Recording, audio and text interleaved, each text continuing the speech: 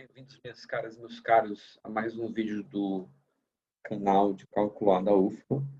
Nós queremos, neste vídeo, resolver um exercício que envolve a técnica de derivação logarítmica. Tá? O exercício é o seguinte: você tem uma função y de x, tá? Que o x está implícito como argumento do termo da esquerda dessa equação. Tá? Tem uma função y de x dada por esse quociente feioso, que envolve aqui o produto de vários radicais no numerador e no denominador. Né? Eu quero descobrir qual é o valor da derivada de y no ponto zero. Bom, para atacar esse problema, né, eu vou tentar lembrar algumas propriedades da função ln. Tá? Isso aqui vale para qualquer função logarítmica, né, mas eu vou usar aqui ln. Então, o ln de a vezes b, ele é o ln de a mais o ln de b. Né? Então, logaritmos transformam produtos em somas. Tá? Eles transformam quocientes em diferenças. Então, se você tivesse uma expressão como essa, ó, ln de a vezes c sobre b vezes d, isso aqui primeiro poderia ser reescrito como ln de a vezes c menos o ln de b vezes d. Depois você pode reescrever cada termo desses, né, como soma. Então, esse aqui é o ln de a mais o ln de c menos o ln de b mais o ln de d. Tá? Então, veja, aquela expressão inicial que aparentemente era bem complicada, né? Tem um produto aqui de dois termos em cada membro aqui da fração, né? Agora virou uma diferença de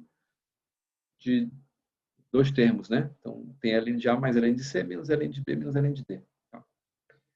Então, a ideia é tentar transformar essa expressão asterisco em algo mais simples na função ln. Então, ln de y de x. Eu vou primeiro reescrever aqui o numerador, né? Vai ser o ln, vai ser uma soma de vários ln's, né? O ln de raiz de 1 mais 2x. Depois você vai ter o ln de raiz quarta de 1 mais 4x. Vou usar um colchete aqui para deixar bem claro os termos do numerador, né? O último termo que vai aparecer aqui vai ser o ln da raiz centésima de 1 mais 100x. Né? Bom, aí você vai subtrair agora os termos associados ao denominador, né? Vai aparecer aqui o ln do raiz cúbica de 1 mais 3x. Depois você vai escrever o raiz quinta de 1 mais 5x. E o termo vai ser esse camarada. E agora, qual é a nossa estratégia? Para tentar descobrir a derivada do y no ponto zero, nós vamos derivar a expressão ln de y de x. Veja que a derivada do ln de y de x pode ser calculada usando a regra da cadeia. Né? A gente sabe que a derivada do ln de x é 1 sobre x. Né? Então, se você usar a regra da cadeia, vai descobrir que a derivada do ln do y de x vai ser, primeiro eu vou derivar a função externa, né? Esse aqui é um truque mnemônico clássico, né? Você vai derivar primeiro a função ln, vai aparecer 1 sobre o argumento dela, né? No caso da y de x, multiplicado pela função de dentro, né? Que é o y, a derivada da função de dentro, né? Então, a gente já sabe derivar o lado esquerdo dessa expressão, né? Vai ser y de x sobre y de x. Agora vem a pergunta, qual é a derivada do lado direito? Um termo genérico que apareceu nessa expressão, né? Ele envolve a composição do seguinte radical, 1 mais kx elevado a 1 sobre k, com a função ln. Vamos primeiro derivar esse radical. Vou usar aqui de novo a regra da cadeia, né? Vou usar aqui a regra do produto, a regra do expoente, né? A função que está externa aqui na composição é a função que leva o z em z elevado a 1 sobre k. Né? Se você tem alguma dificuldade para enxergar isso como composição, vou fazer aqui um diagrama para deixar bem claro quais são as funções que estão envolvidas, né? Isso aqui eu quero ver como composição f de g de x, né?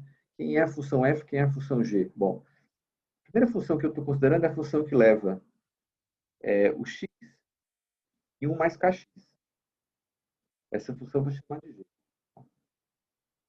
Depois tem uma função que leva o z, que é 1 mais kx, e 1 sobre k. Essa função eu vou chamar de f. Tá? Então, a composição de f com g produz essa expressão que nós estamos vendo aqui. Como é que eu vou derivar? Primeiro, eu vou derivar a função f e usar a regra do expoente, né? O derivado vai ser 1 sobre k vezes z elevado a 1 sobre k menos 1. Né? O meu z é 1 mais kx. Vou escrever aqui 1 sobre k menos 1. Eu vou multiplicar isso pela derivada da função g. A função que leva x mais kx. A derivada dessa função é k, é constante, todo ponto, né? Vou multiplicar o k aqui. Você pode ver que tem um cancelamento natural, né? Dois termos aqui que se anulam, que se cancelam, né? E agora, de posse dessa informação, eu vou calcular qual é a derivada da composição dessa função com ln. Qual é o ln de 1 mais kx elevado a 1 sobre k, derivado. Né? Qual o valor disso? O ponto x genérico, né? Eu vou usar a regra da cadeia, vou derivar primeiro a função externa, né, que é o ln, vai aparecer aqui 1 sobre 1 mais kx elevado a 1 sobre k. Agora eu vou derivar a função interna, né? A gente já sabe pela última linha que isso é 1 mais kx elevado a 1 sobre k menos 1. Então, novamente eu tenho um cancelamento aqui. Tem algumas expressões que se cortam, né? Isso aqui é 1 mais kx elevado a menos 1. Tá? Então, qual é a moral da história, né? É que você, com essa última linha, aprendeu a derivar cada termo, cada balãozinho azul desses, da expressão verde. Né? Como é que é a derivada de um balãozinho desses quando eu troco x por zero? Bom, se você olhar a expressão 1 mais kx a menos 1, quando você trocar o x por zero, vai ser 1 elevado a menos 1, que é 1. Tá? Então, no próximo quadro, eu vou reescrever essa equação que tem a seta, né? Substituindo agora o valor das derivadas calculado em x igual a zero. Tá? A derivada do lado esquerdo, a gente já viu que é y' de x sobre y de x. Tá? Isso aqui vem da regra da cadeia. Bom, bom, agora eu vou derivar o lado direito. Né? Cada balãozinho desses já tem a derivada 1 elevado a menos 1 no ponto zero. Né? Então, eu vou trocar esse x por zero. Né?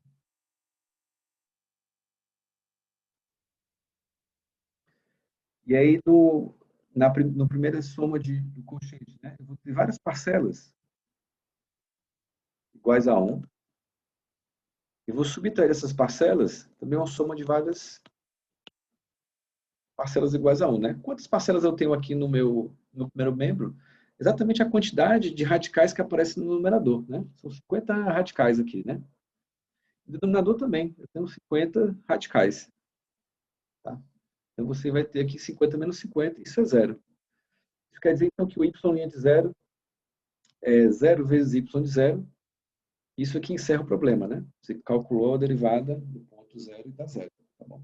Um pequeno comentário, uma observação que a gente pode acrescentar aqui é a seguinte: se a minha função y fosse negativa, né, eu tivesse valores negativos, eu não conseguiria aplicar essa técnica. Eu não poderia calcular o ln do y de x. Né? O ln está definido para números negativos. Né? Uma maneira de contornar isso é analisar a derivada da função ln do módulo de x. Tá? Não é muito difícil você perceber que a derivada do módulo de x, do ln do módulo de x é 1 sobre x. Tá? Isso te permite aplicar a regra da cadeia também agora com a função ln do módulo de y de x. Se você derivar essa expressão, você vai obter 1 sobre y de x, usando aqui a linha anterior, né? Multiplicado pela derivada da função de tempo, que é y de x. seja o mesmo resultado. Tá? Isso agora te permite encontrar derivadas de funções que eventualmente assumam valores negativos. É claro, você tem que considerar que a função y é derivável, que o y de x não é zero, né? No ponto em que você quer calcular a derivada. Tem alguns detalhes para você atentar aí, né? Tomar cuidado, mas o importante é você tem aqui uma ferramenta extra para também calcular a derivada nesses casos de sinal negativo, tá? De sinal complicado, né? Ou seja, quando o y de x é negativo, tá bom? Então, esse encerra aqui o nosso vídeo. Esperamos vocês nos próximos exercícios. Bons estudos!